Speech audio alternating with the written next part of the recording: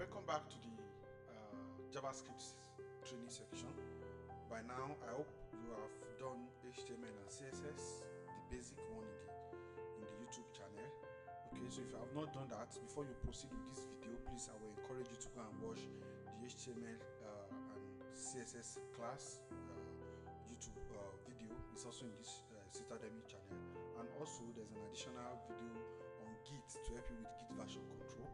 Okay, so before you proceed to learn JavaScript, so let us talk about JavaScript and what it is all about. So initially, the web as a whole is always very static. So websites are just static pages that has only HTML and CSS. Just go there, you read the information, that is all. There is nothing to engage. You cannot engage, you cannot fill form, you cannot submit anything because it's just for information. But that changed in 1995 when a software engineer from Netscape called Bread Each developed a language called LiveScript.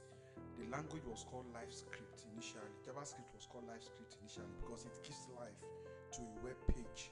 So it was just to make it lively, to make the web pages lively, and to add interactions to it. So that was how JavaScript came to be.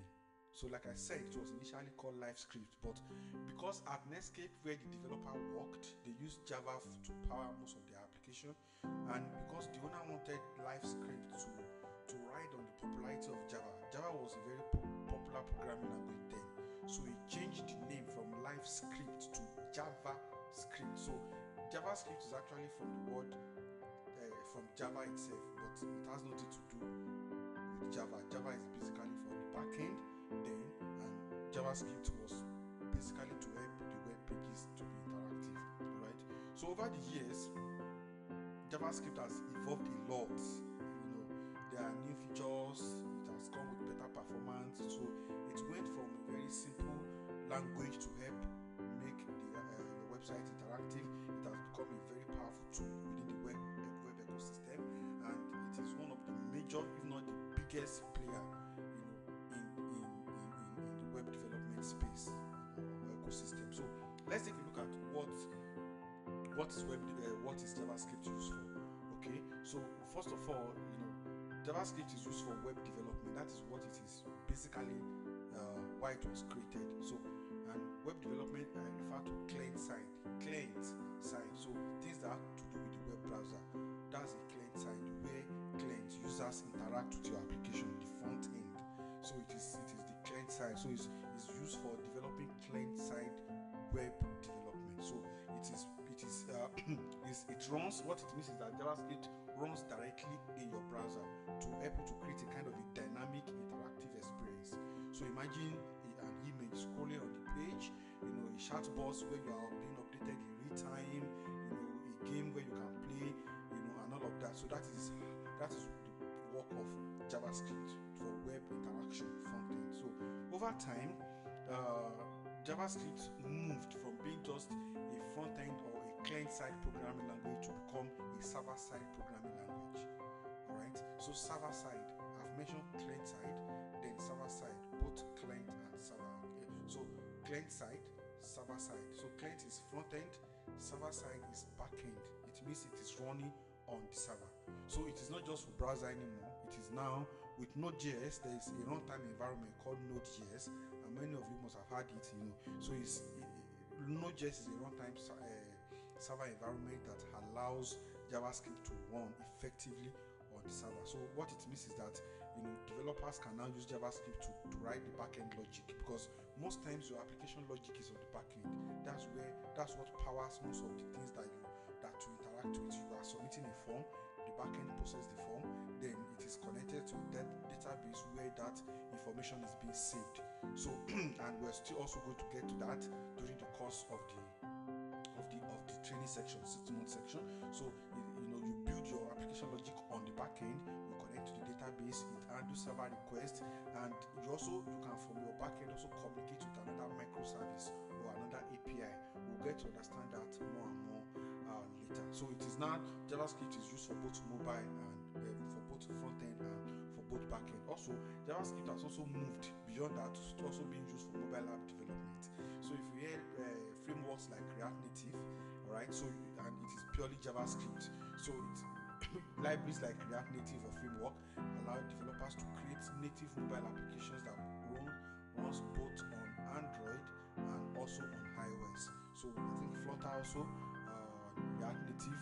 So so you can now use JavaScript to also build mobile applications. So before it is purely for web application, then it moved to backend, then it is now for mobile applications. So you can also use JavaScript. So what it means is that at the end of this training, you can decide to focus on being a front-end engineer or a back-end engineer or a mobile app engineer because you've learned the basic of JavaScript. Then lastly, it is also used for game development.